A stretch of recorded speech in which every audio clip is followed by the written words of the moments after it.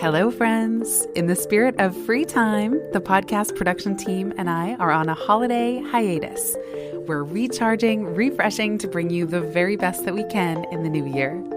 In the meantime, I hope you enjoy one of these best of episodes from the recent archives. And hey, if you've already heard it, you might get some new gems the second time around. I'm wishing you a wonderful holiday season as well to you and yours, and I look forward to returning in the new year. See you soon. This is what we're taught. Say your objectives, state your goals, and then just relentlessly force reality to fit into your definition of success, which doesn't work when the world is unpredictable and is a lot of effort and a lot of stress. Instead, you can look at your environment, look at your surroundings, look at your information environment and ask, what value is already being created here? What is already happening? What has already happened? What's already been created by me, by my colleagues, by my customers, by my audience, by other people on the internet, sometimes by accident, sometimes by happenstance, that I can merely sort of just package up. I can kind of just like snap it together, almost like a collection of Legos, and therefore only have to do that final 20% rather than starting from zero. This is your time. How can we earn twice as much in half the time with joy and ease while serving the highest good? That is our guiding question here at the Free Time Cafe, your home for heart-based business. I'm your host, Jenny Blake. Join me for conversations with authors, friends, and fellow business owners as we explore ways to free your mind, time, and team to do your best work. Now, on to today's show. Hello, my friends. Welcome back. You are in for a treat today. We have the one, the only, Tiago Forte, who is here with us. He is one of the leading productivity experts and so much more, who has taught thousands of people around the world how timeless principles and the latest technology can revolutionize their productivity, creativity, and personal effectiveness. Today, we're talking about his debut, brand new, already Amazon bestselling, and I'm sure many more lists, book, Building a Second Brain, a proven method to organize your digital life and unlock your creative potential. Tiago is also a fan of Notion, as am I. So as I was building and writing free time and recording these episodes on Notion, everyone kept saying, do you know Tiago Forte? You should really know Tiago Forte. So with that, Tiago, welcome to the show. Thank you, Jenny. This is such a pleasure. I'm so happy to be here. Me too. And I joked before we hit record, and as my listeners know, it's like the introvert's guide to making friends is that we'll just wait to connect until you write a book and I invite you to the podcast. Yeah.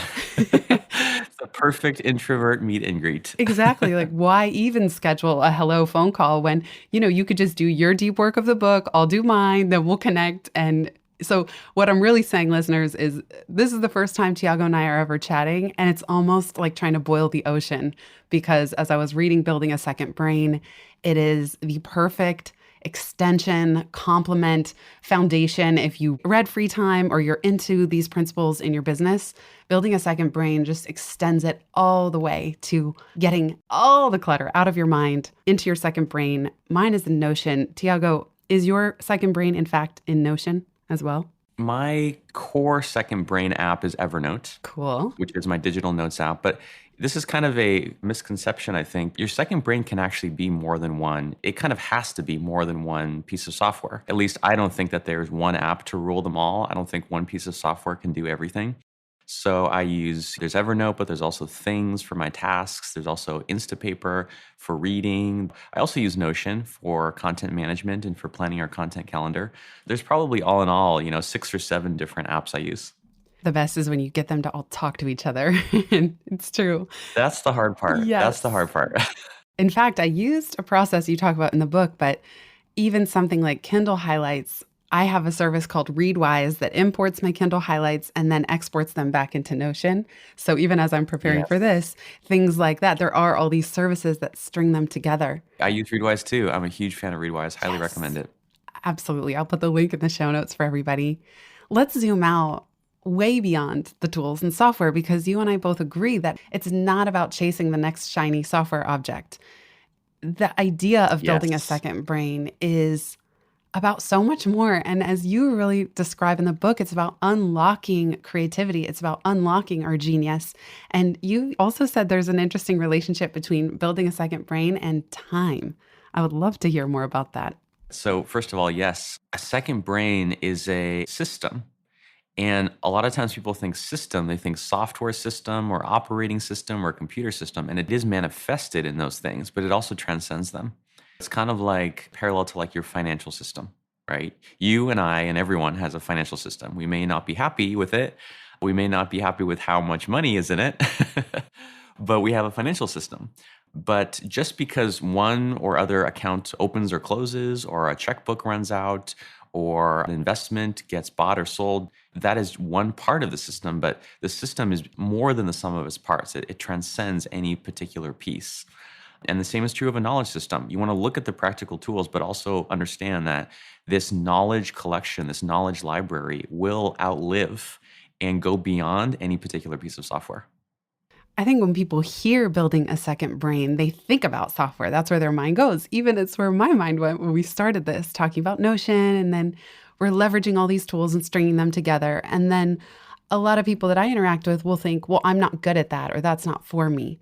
But what you describe so beautifully, especially in the second half of the book, is how this frees our mind to do what our minds do best, to engineer luck, to expand our creativity, to expand time. So tell us a little bit about how this generates time in a way that's different than just obsessing over the latest productivity tips and tricks and hacks. So this goes deep. This goes deep. A couple things. First, I always talk about the interplay between productivity and creativity. And I really like doing that because in people's minds, they're opposites. They're like black and white, have nothing to do with each other. And I think that's just incorrect. I grew up with a big inspiration for this book and my work in general is my father, who is a professional artist, a painter.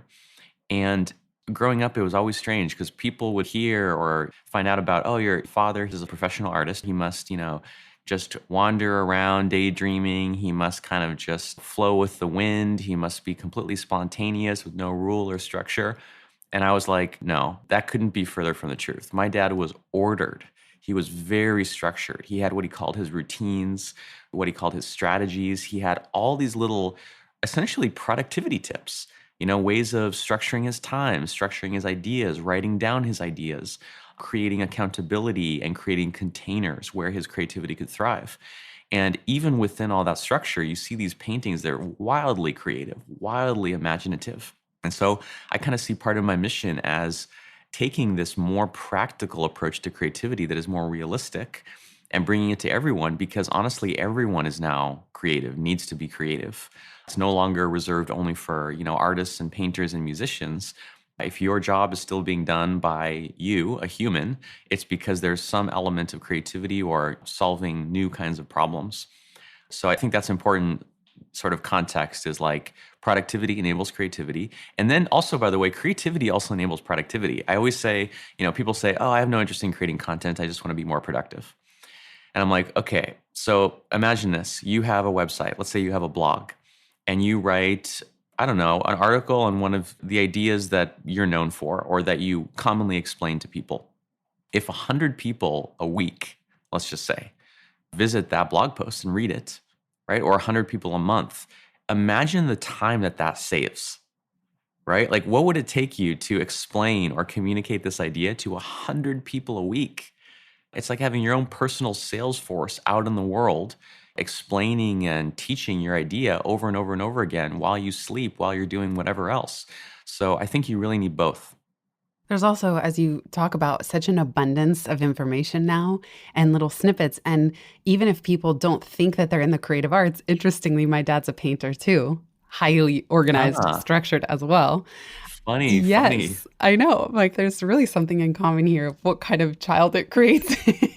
Just that dance. I think we've both probably observed that dance between structure and creative output. And my dad is super structured within his days, and yet so prolific and productive in terms of his output because he keeps putting in the reps. And he also reads a lot Yes. and writes, and he has tons of marginalia. He sends me binders of the consolidated Xeroxed marginalia from reading about philosophers, or reading original Yes. philosophical texts. And so I think some people struggle with productivity because they're overwhelmed by their own information gathering and they don't know how to collect it, save it, synthesize it, as you say, distill, and then express it. And so interestingly, when people read a book like yours, as I did, and I go, this is so rich, it's so well written, it's so well described and explained. Okay, yes. And as you say, 80% of the project really happens before you sit down to start it from your second brain. Exactly. That's such a funny coincidence. Yeah. Beware, if you are an artist, your child may write productivity and time management books. Yeah. Right. And be like obsessively organized. Yeah. I would love to hear more about that. And also this, that you don't start a project until it's 80% done. What you mean by that? First, I wanted to touch on what you said. I think this is another misconception. Basically, I think so much of this comes down to the fact that people don't have models for creatives. They don't have models in their life for what it means to be creative, to be an artist. And so they rely on what's on TV or what's in movies or what's in stories, which is just this very unrealistic kind of romanticized version of what it means to be creative. But my dad was the same. So I think what we're kind of speaking to is the balance between inputs and outputs. And I think the common myth is, oh, to be creative, you have to shut yourself off from the world. You have to go to, the classic log cabin in the woods like Henry David Thoreau, or you need a little isolated Parisian studio apartment with smoke curling in the air and a baguette on the table, like these kind of funny cliched images. But my dad was the same. He was constantly taking it. Any city that we would travel to, he made a beeline straight to the museums. He was always about museums. The main thing that he wanted to see, because to him it was like school. He'd go in and sketching in his notebook, standing in front of, an old master, studying how they painted a hand, or how they painted a foot, or how they used perspective, or how they used contrast. He was constantly writing things down, reading things, even watching TV. Popular culture was also a huge inspiration. And so when the time came to go create, rather than being in this vacuum, this blank space, which is so hard to be in, he was just mixing and matching almost like Legos, all these creative inputs that he had. And that's where the inspiration came from. I just love hearing his process. And people laugh at me because I also married an artist, a painter. I think being a painter. Me too. Me too. Oh, you did? No Yeah. way. See, I joke that I got spoiled because the mind of an artist and this intellectual curiosity and creativity and exploration and just being a pioneer and an explorer. Yeah, I got spoiled. Yeah. So I'm like, I was attracted to that. And my husband too. My husband will go deep into pockets of the internet and find memes. And, meme is the Yes. ultimate packet of information. And you talk about intermediate packets. So I want to just go back real quick. Tell us about your philosophy. Why don't you start a project until it's 80% complete? And what do you mean by that? Because it's not probably what people listening think. This kind of makes people be like, huh? So I think it's completely the opposite of how we are taught to execute. We're taught to move projects forward. And by the way, I'm also a huge fan of history. I always try to go back and understand the history of how these misconceptions and preconceptions came to be. And this one in particular actually goes back to like the 1920s and 30s, I believe, or 40s, to General Motors, the car company. General Motors, back 100 years ago, basically invented this style of business called MBO, management by objective, which today is so natural to us, we don't even think of it as like a style or a philosophy. But back then it was radical. It was basically, let's have departments, let's set objectives, basically set goals for each department. And then over the course of the quarter and the year and several years, track our progress toward those objectives. Like that's just seems like the only way to do it these days, right? But it's not. That is a 100-year-old legacy that came from the Industrial Revolution and the early 20th century. And it's not the only way to manage projects. There's another way, which is more natural when the world is unpredictable, right? The 20th century was this unusual time of predictability. You kind of knew Next year, there will be this much economic growth. If I work this long in this job, I will get promoted. If I work this many years, decades, I will retire with a gold watch. Like the world was kind of predictable for a while there. No longer, right? No longer. Now your company will face upheaval sooner or later. Whole industries rise and fall. And so we need a way to plan what we're going to focus on and to make progress, even in a world that is highly, highly unpredictable. And I call that approach just in time project management or just in time productivity. And it's basically instead of imposing your will on the environment around you, this is what we're taught. Say your objectives, state your goals, and then just relentlessly force reality to fit into your definition of success, which doesn't work when the world is unpredictable and is a lot of effort and a lot of stress. Instead, you can look at your environment, look at your surroundings, look at your information environment and ask, what value is already being created here? What is already happening? What has already happened? What's already been created by me, by my colleagues, by my customers, by my audience, by other people on the internet, sometimes by accident, sometimes by happenstance, that I can merely sort of just package up. I can kind of just like snap it together, almost like a collection of Legos, and therefore only have to do that final 20% rather than starting from zero. We'll be right back just after this.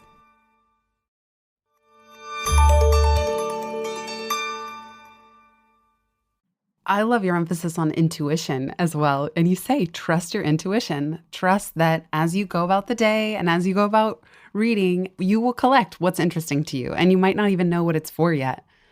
But that as this collection bucket, I call them collection buckets, start to fill to the top, ideas emerge even about what projects to tackle. I love that how you talk about the kind of virtuous circle between collecting and then getting ideas, and then the collection feeds those ideas and makes them better. Exactly. Capture is where it all starts. Because if you have too strong of a opinion on what is valuable, what is interesting, what is helpful in terms of the information you're consuming, you're going to miss things, right? The best ideas are almost by definition unexpected. They're surprising. They come from a direction that you don't expect. They're cross-disciplinary, multidisciplinary. They don't fit neatly into one category, and that's why they're powerful. But to notice, this really all comes down to noticing, right? When you're walking down the street, this often happens to me walking down a street in a city, and you see a mural, right? And it just, something about it just strikes you. And you don't know why, you can't explain it. There's nothing that you're working on in particular that this would be useful for. Maybe you're not even a designer. Maybe the visuals aren't really a part of your work. But it's trusting yourself enough to just snap a photo of that mural or whatever it is, the cityscape scene or a poster you see or a logo or a storefront design, just because it's interesting to you and for no other reason, trusting that if you constantly take in and surround yourself with interesting things, you're going to start to connect the dots and notice patterns, and it's going to lead to new projects and new collaborations and even new businesses that you can't even imagine. So then how do you, Tiago, tell when it's time? Like you've been collecting, let's say even something like this book, Building a Second Brain. I know you've written other books before, but I think this is your first traditionally published book, right? Yes. So how do you know when your collection bucket is full enough? What whispers do you hear that say, all right, Tiago, it's time to roll up your sleeves and like actually do this thing and create the book? I kind of joke that the book is not a project. It is a collection of dozens of projects. I like to use the definition of a project that is very small. Like even something that just takes you a day or two, I think should be called a project because you have to track, a set of information over time. But I'll give you an example actually that just happened a couple days ago. I sat down and I wrote an email there's a group of people, it's 4 people, friends, who I'm encouraging to write books. And I've talked to each of them individually. I've said, hey, you should write a book. I'll help you out. I'll give you feedback on your proposal. And so I had promised various of them, to share my proposal, to share other ideas that I had, my learnings from going through the process. And so I sat down to just write all 4 of them the same email with all kind of my recommendations. Well, as often happens, when you really get into something, even like an email, it took maybe an hour. I discovered, which I didn't realize, that I had a lot to say. I had a lot to offer. And as I went to hit send, And in the following day, which was yesterday, I just realized, you know what? I kind of accidentally put together like a guide to publishing a book. That's what I mean by surprise. I didn't mean to. I didn't expect to. I kind of surprised myself by having put together this kind of extensive email. So what I'm going to do now, I have a note to self here to do this, is to get that email and turn it into a blog post. Just get exactly what I wrote, make some small changes, and make it a public resource. Why not? Right? That's a perfect example. I've put in at least 80%, if not 90% of the work. That value exists, but it's hidden. It's obscured somewhere in the sent folder of my Gmail. All it takes is like minutes to get it out of there and turn it into a really valuable business asset for me. I so believe in that too. Like, just sending someone a link rather than the data in email. That often inspires me to do the same thing, like create the resources, or even sometimes I'll create a loom and I'll realize, oh, this loom can be publicly shared because I was explaining something to someone. But that goes to what you say, even in the book, is that there starts to be this behind the scenes sharing. Like sometimes people will say, oh, wow, you share so much. You're so transparent. I'm like, because I can't resist but share something I had to figure out the long, hard way. It completes the process to share it. It's like no good hoarding it. I know you talk about scarcity versus abundance, but it's like what you did, sharing your book process with your friends. It's satisfying. It's like you figured out so many things and you put your unique Tiago spin on it with your unique mind. It's amazing to share that out. It's the best. It's the best. So I think a common thing is people have this idea that there's like content creators and then everyone else. Like, again, black and white, all or nothing. And they'll say, oh, I'm not going to collect my ideas, capture my ideas because I don't have a blog or I don't have a podcast. I'm not an entrepreneur. And I just think this is absurd because, the average knowledge worker spends, I think it's 27% of your day writing emails. 27% of your day. That's more than one full day out of a 5-day work week. And what I would have them ask is, okay, is every single email that you're writing full of completely novel information you have never explained or communicated before? Likely not. And a place to start is to just ask, like, this is an exercise actually you can do, is called FAQ. What is the most frequently asked question that people ask you? Like, what is it? Is it, how to explain what you do? Is it that's one question from your field? Is it a question about your expertise? What is it? How to start writing in public is just to answer that question thoroughly, put it on the simple website or even on your social media profile or whatever, and just see how much time that saves you. Speaking of time, right? Every time someone asks you, you'll go, you know what? It's so important that I answer this question well. I've actually taken the time to compose the ultimate thorough answer with all my sources and all my recommended resources. You can access all of that with this link. I mean, how powerful is that? So good. I love how you explained it. Like, I'll say every question lives 3 lives. The moment someone asks it, when you document the process internally, and ideally you are posting it publicly somewhere. But I love how you're explaining it. Like, I actually wanted to answer this for you in the most thorough, ultimate way possible. Bam, here's the link. I think people are embarrassed to do this. They think it's like insulting or something. They think that the caring, thoughtful thing to do is to re-explain for this one person in this one situation, but it's not. It's truly not of service to anyone to spend your precious time, which is your precious life and their life, re-explaining something that's been done before. There's just no point. Right. And then it does get better and better over time. Like how to write a book, resources you're creating. You're going to keep adding to it. You'll keep thinking about it. So it will be so much better because it emerged as its own mini project. Exactly. I know I can just hear in my mind some people asking who get overwhelmed. Like you mentioned software Read Later or Instapaper. Sorry, Read Later is the function that Instapaper takes care of, or things like Pocket. I've used those in the past. And it's funny because I used Web Clipper for Evernote. And for years, I had this folder called How We Work, which is so general and broad that it's meaningless. But I clipped all these articles that later became free time. But then there are other services that I'll use like Instapaper or Pocket, and that is just where content goes to die. It goes in there. I never process it. I never even remember to look there, let alone read them. So I still subscribe to the inky newspaper and the inky magazines that I want to read, and I read them by hand. Otherwise, I don't get to it. My eyes are tired by the computer. I know you have processes like weekly and monthly reviews for your content. Do you even try to keep up with Instapaper, or do you just go search when you have a relevant project to see what to grab?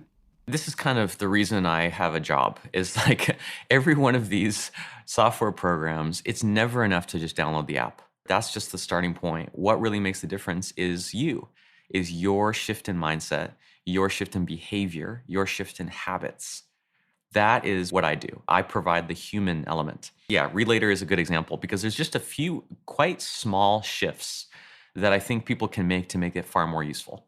A few things. So first is a mindset shift, which is I actually think there's a benefit to you the instant that you save something to a Relater app, which is you didn't get distracted by it, right? Like what you described as Instapaper or Pocket or whatever being a place to die, you and your listeners consider maybe that's fine.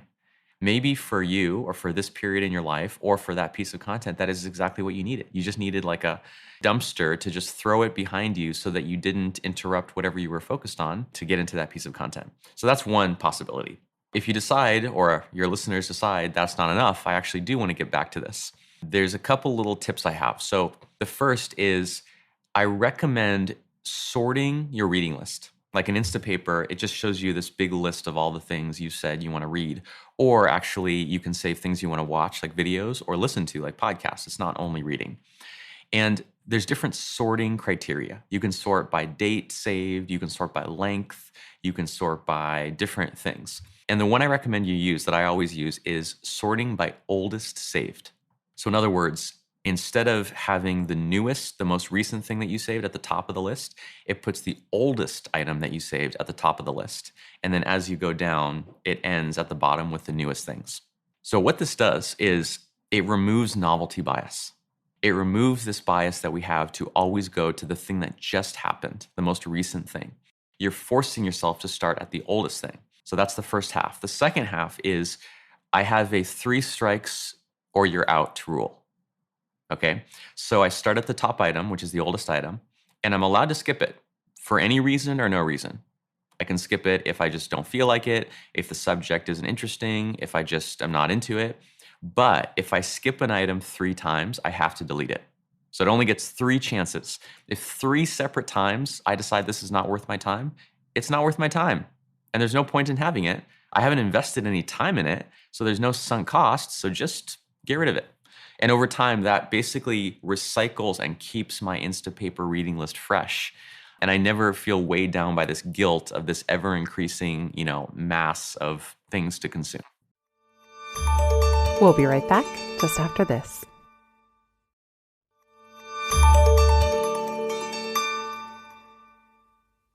One thing I'm really interested in is zooming out or going behind the scenes to how you structure your business and your team, because I think that's also a creative dance between deep work, introverting, reading, curating, writing, and then there's a whole bunch of logistics and even people management that could come with building out even what I would call a delightfully tiny team. So can you tell us a little bit about how your business is structured and how many people you work with, whether full-time or even contractors? So we have as you said, a small team. I find it delightful. I really love having just a core team that's very tight knit, where everyone knows each other, not a ton of bureaucracy, very little hierarchy. It's very flat. I always ask us, what is the biggest impact we can make with the smallest team? How can we have each person maximally leveraged so that each person is making the biggest impact? And so we have a team, full-time equivalent of about 8 people. People running operations, running content, running YouTube, running marketing, customer service, the usual functions. And the main reason that we have this team is to run the online course.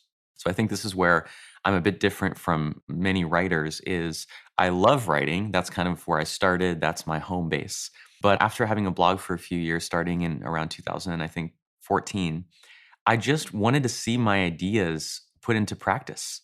I love ideas. I love abstract concepts, but I would always wonder, is this idea just interesting? Is it just kind of entertaining? Or does it actually make people more effective in the real world? And for that reason, I wanted to really get in the weeds and work with people and coach them and consult with them.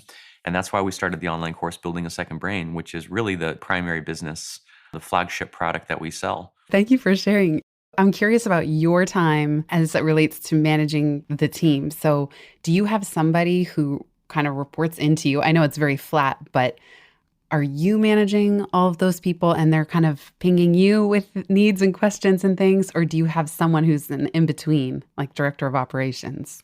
A little of both. Almost everyone reports to me. There's four kind of directors of the four main departments. Some of them have some people under them as well, but I have a direct contact with most people.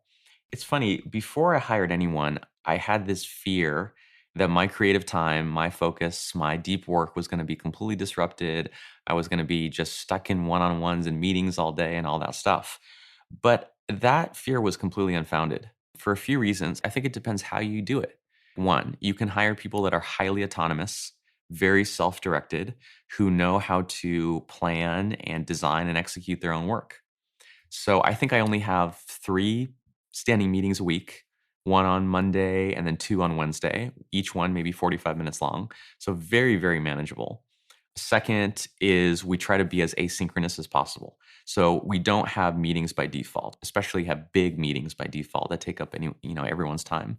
Google Chat is our chat tool. We use email. We use Loom is another one. These tools that allow you to do your own thinking, thoughtfully, intentionally, create an intermediate packet, a little document or a little artifact, and then share it in a way that people can reference it again and again. In a way, I feel like having a team allows me to focus more. There's no way that I would have been able to spend 2 years writing this book while also continuing to deliver the course, which is very time intensive, without a team. Mm. They were the team that allowed all that to continue going so that I could focus on my creativity. It's so true. Like you took yourself out of the bottleneck of all of that, which enabled you to do this work, which is the whole point. You mentioned it so casually, like, oh, yeah, hiring autonomous people. How have you found such great people? Because hiring itself is quite a skill. So, Oh do my you have a gosh. secret sauce to your hiring and sourcing great people? It is. It's such a skill. And I think this is another reason I've gotten into it is I'm always just attracted to learning. I'm always just trying to maximize learning. And wow, is there a lot to learn in the realm of managing people, hiring them, recruiting them, giving them feedback, holding them accountable? It's kind of this like whole open field of learning that I'm having to do. There's so much to it. I think we seriously underestimate the skill and creativity that goes into management. I think mostly because most of us have had mostly bad managers. But to do it well, to do it as an art, to do it with empathy and to do it in a way that is caring of people, that is helping them fulfill their potential, is a journey that I'm just starting. So I don't know if I have Mm. much advice to offer. I will say that it is very powerful to recruit from your audience, right? Yes. Someone who's been through your courses, read your writing, knows your values and your principles. Because it's almost like the first day that they start, it's as if they've already been with you like 6 months or a year without you having to have trained them because they've been through your content. What I find is you know that they resonate deeply. So that filter Yes. has been met. And if they're Yeah, attracted to your work, you can already assume they're at least know how to organize, like know how to process information, which is the big skill exactly. that you're teaching. Yeah, I love how you Exactly. describe it. You're talking about our relationship to information. And oh, that's just such a beautiful way to say what it is you're doing because it transcends software. It is about our relationship to information. It is. Two more questions because I know we're almost out of time. You briefly mentioned intermediate packets, and so did I earlier. And you say that it's abbreviated as IP, which is a lucky coincidence because it actually is your intellectual property. So just tell us quickly, what is an intermediate packet as you describe it? And how does it create IP for us? An intermediate packet is a building block. It is a building block, just like a Lego piece that is reusable, that can be mixed and matched and combined with others into almost anything. And I think this is foreign to people because we're used to thinking in terms of tasks, right? Like my to-do list. I'm going to send this email. I'm going to make this project plan. I'm going to attend this meeting. I'm going to read this report. But this goes back to what I was saying that we are all content creators. If you write the same email 2 or 3 times, if you can just notice, hey, I seem to be writing the same email again and again. If you could just get that effort you've put in, pull it out of your inbox, put it into a Google Doc or a Notion page or even a public blog post, suddenly it's transformed. suddenly this private, secret, internal thing that only has value if you are personally there sending it to someone.